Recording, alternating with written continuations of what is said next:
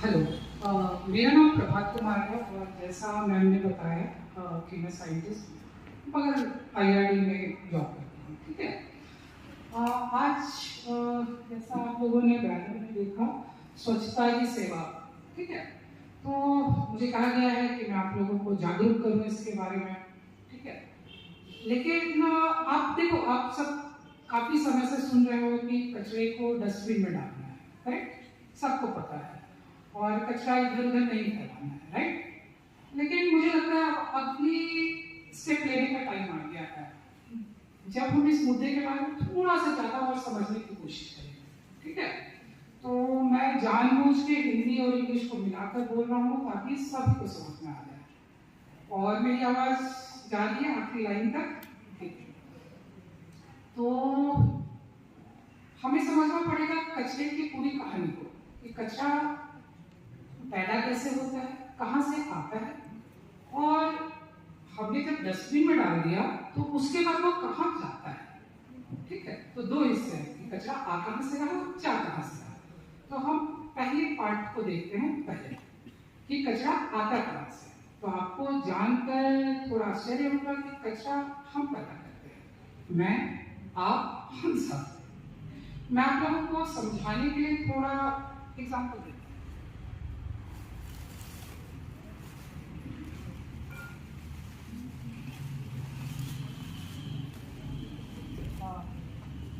इस पैकेट को आप सब पहचानते हैं और खाते भी होंगे, और इन पैकेट्स को भी। और आप लोगों को ध्यान होगा, आप लोग जब दुकान में जाते हो ये पैकेट्स खरीदने, तो वो लाते कैसे हैं आपको? इसमें डालकर। करेक्ट। आपने कभी सोचा है उसके बाद इस पॉलिथीन का क्या होता है? कई बार ये घर आके आके फट जाता है। और इस रैपर का क्या होता है? चलिए मैं आपको एक चीज बताता हूँ। आप हम सभी हिमालय में रहते हैं, पहाड़ों में रहते हैं।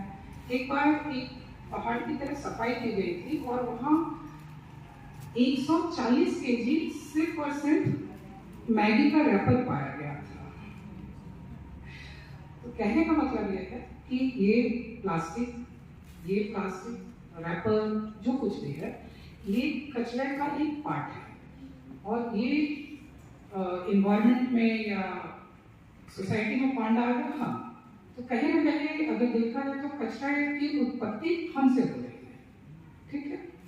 अब मैं दूसरे किस्से पे आता हूँ। जैसे मैंने शुरू में कहा था कि हमने क्या किया, हम अच्छे नागरिक और अच्छे बच्चे की तरह इसको डाल दिए डस्टबिन में। ठीक है। लेकिन उस डस्टबिन के बाद वो कचरा गया था। आप लोगों ने देखा होगा म्यूनिसिपैलिटी की गाड़ी आती है जो गाना बजाती है, घर का कचरा। ठीक है। वो गाड़ी उस कचरे को लेकर चली जाती है। हमें लगता है समस्या खत्म हो गई। समस्या खत्म नहीं हुई। वो कचरे को वो एक हमारे शहर से दूर एक जगह है सीसमवाड़ा, वहां पर डंप कर देते हैं। देखिए, आपने रिसाइकलिंग वर्ड सुना होगा कि प्लास्टिक रिसाइकल होता है। वहां भी एक प्लांट है जिसका काम है रिसाइकल करना। लेकिन समस्या यह है कि वो 5 पॉलीथीन रिसाइकल करता है, हम उसको 25 भेज देते हैं। और इसके साथ क्या होता है, बहुत सारा जैसे हमने मैगी खाया, बचा हुआ मैगी भी इसमें डाल दिया, तो वो सब कुछ हम एक साथ भेज देते हैं। तो ये गंदा होकर पहुंचता है उनके पास, जिसकी वजह से वो रिसाइकल नहीं कर पाते। और मैं आपको एक उदाहरण के लिए एक बात बताता हूँ। जर्मनी जो बहुत डेवलप्ड कंट्री है, वो सिर्फ 66% अपना कचरा रिसाइकल कर पाता है, 100% वो भी नहीं कर पाता है। हमारे देश में जनसंख्या बहुत ज्यादा है तो कचरा भी ज्यादा पैदा करते हैं। तो हमारी स्थिति बहुत खराब है। हम 10 से 15%, मैक्सिमम 15% कर पाते हैं। और ये वाली प्लास्टिक बहुत अच्छी नहीं होती, इसकी कोई वैल्यू नहीं है मार्केट में, तो इसलिए इसको रिसाइकल करने पे कोई बहुत ज्यादा ध्यान नहीं दिया जाता है। ठीक है। तो आपको समझ में आ गया कि समस्या क्या है, आपको ये भी समझ में आ गया कि कचरे का हो क्या रहा है।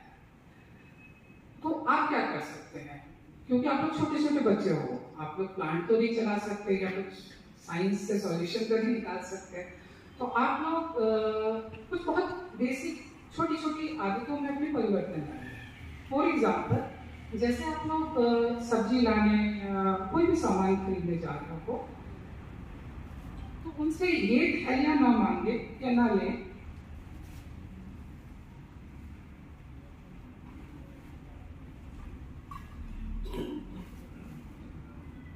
इनफैक्ट ये वाली थैली भी प्लास्टिक की है, और कभी कभी वो लोग कहते हैं ना कि ये कपड़े वाली थैली दे रहे हैं, ये भी सड़ता नहीं है, ये इट्स नॉट बायोडिग्रेडेबल, ये भी ऐसे ही पड़ा रह जाता है बहुत समय। सबसे आसान और अच्छा तरीका है,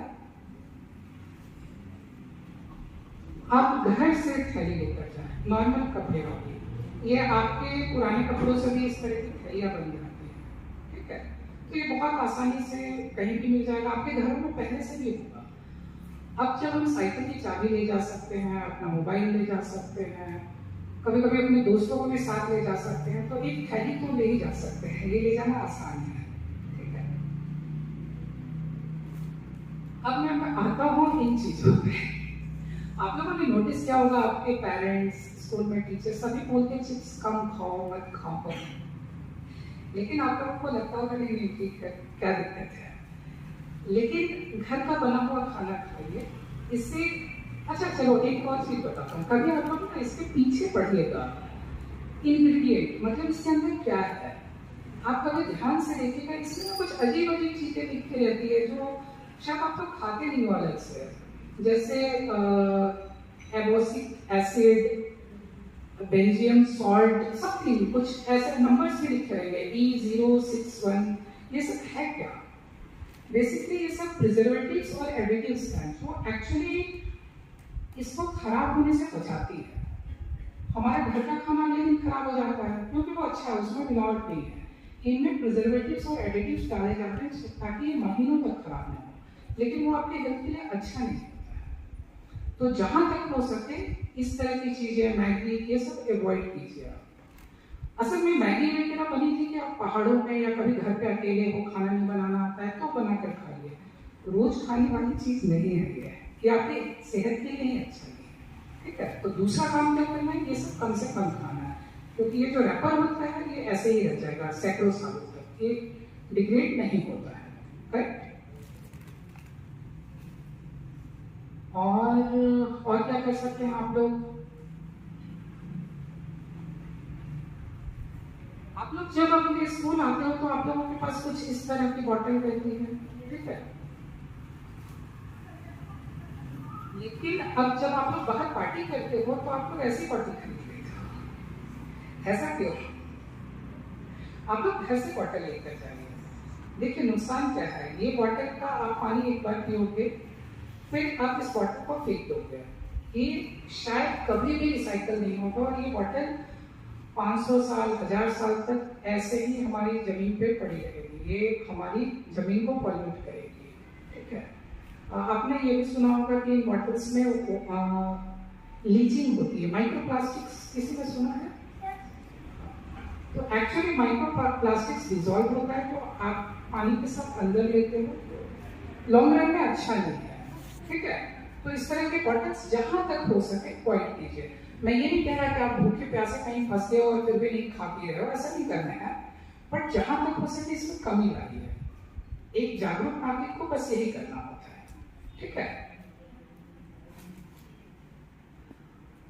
मुझे लगता है मैंने ज्यादातर चीजें कवर कर ली है, बस एक आखिरी चीज बताना चाहता हूँ तो थोड़ा सा डरावना है। आप लोग यहीं आसपास रहते होंगे, आप देखते होंगे कई बार आप लोगों की इस तरह के कचरे को लोग जंगलों में फेंक देते हैं, ठीक है। जैसे आपके मोहल्ले में गाड़ी नहीं आई म्युनिसिपल कॉर्पोरेशन की, तो आपने क्या किया, या किसी ने भी, जब हमें समझ में नहीं आया हमने इसको अपने आसपास के नाले, जंगल या ओपन जगहों पे फेंक दिया। रास्ते के किनारों पे आपको पड़ा हुआ दिखता होगा कचरा। साल में यहाँ 2 बार ना पेड़ों के पत्ते झड़ते हैं, बहुत सारे, आपने देखा होगा सारे जंगल में पत्ते पत्ते हो जाते हैं। फिर कुछ लोगों को लगता है कि इसकी सफाई होनी चाहिए, हमारे कचरे की भी सफाई होनी चाहिए, तो वो लोग क्या करते हैं, उन पत्तों में आग लगा देते हैं। नतीजा क्या होता है, कचरा तो जल जाता है, बट उन पत्तों के नीचे बहुत सारे कीड़े मकोड़े, जीव जंतु रहते हैं जो भी जल जाते हैं साथ में। तो you can say in English they are burnt alive, which is not good, I think. तो कहने का मतलब ये है कि कचरे से लेकर जीव जंतु के जीवन सभी को देखते हुए कोशिश कीजिए कि कम से कम आप इन्वायरमेंट में कचरा डालें। मैंने कुछ तरीके बताए हैं, कुछ तरीके आपको खुद समझ में भी आ जाएंगे। जैसे अगर दही आप लेने जा रहे हो खुली दही दुकान से, तो आप अपने घर से टिफिन लेकर जाओ। अगर कोई मिठाई खरीदने जा रहे हो, अगर जहाँ तक संभव हो अपने घर से टिफिन लेकर जाइए। बाहर के प्लास्टिक के प्लेट्स में कोशिश कीजिए कि ना खाएं, वो वैसे भी आपके सेहत के लिए अच्छा नहीं है। ठीक है, तो ऐसे करके आप धीरे धीरे कमी ला सकते हो। सर जैसे एनवायरनमेंट के बहुत हार्मफुल है, तो ये फैक्ट्रीज में क्यों बनता है, टोटली बैन क्यों नहीं होता? देखिए, इन्होंने बहुत अच्छा सवाल किया है। फ्रैंकली गवर्नमेंट ने अभी रिसेंटली बैन किया है। मैं आपको सरल शब्दों में समझाने की कोशिश करता हूँ। मैंने जो पॉलिथीन दिखाई थी ना, वो बहुत पतली थी। गवर्नमेंट ने अभी 40 माइक्रोन या एक समझ लीजिए एक मोटाई से कम मोटाई की पॉलिथीन्स को ऑफिशियली बैन कर दिया है। लेकिन समस्या क्या है कि हम खाली हाथ दुकान में पहुंच जाते हैं और दुकान वाले को बोलते हैं किसी चीज में ये सामान दे दो, तो वो मजबूर हो जाता है कि वो पॉलिथीन में दे। वो भी गलत कर रहा है, लेकिन थोड़ी गलती हमारी भी है। और गवर्नमेंट आने वाले टाइम में चेंजेस ला रही है। कई, अगर हमारा शहर थोड़ा छोटा है, मेन एरिया से कटा हुआ है, लेकिन अगर आप दिल्ली में जाएं, बॉम्बे में जाएं, वहाँ काफ़ी सख्ती हो गई है, वहाँ आपको पॉलिथीन नहीं मिलेगा। मुंबई में 200 रुपये का फाइन है अगर आपके पास कोई भी पॉलिथीन जैसी चीज़ पाई गई।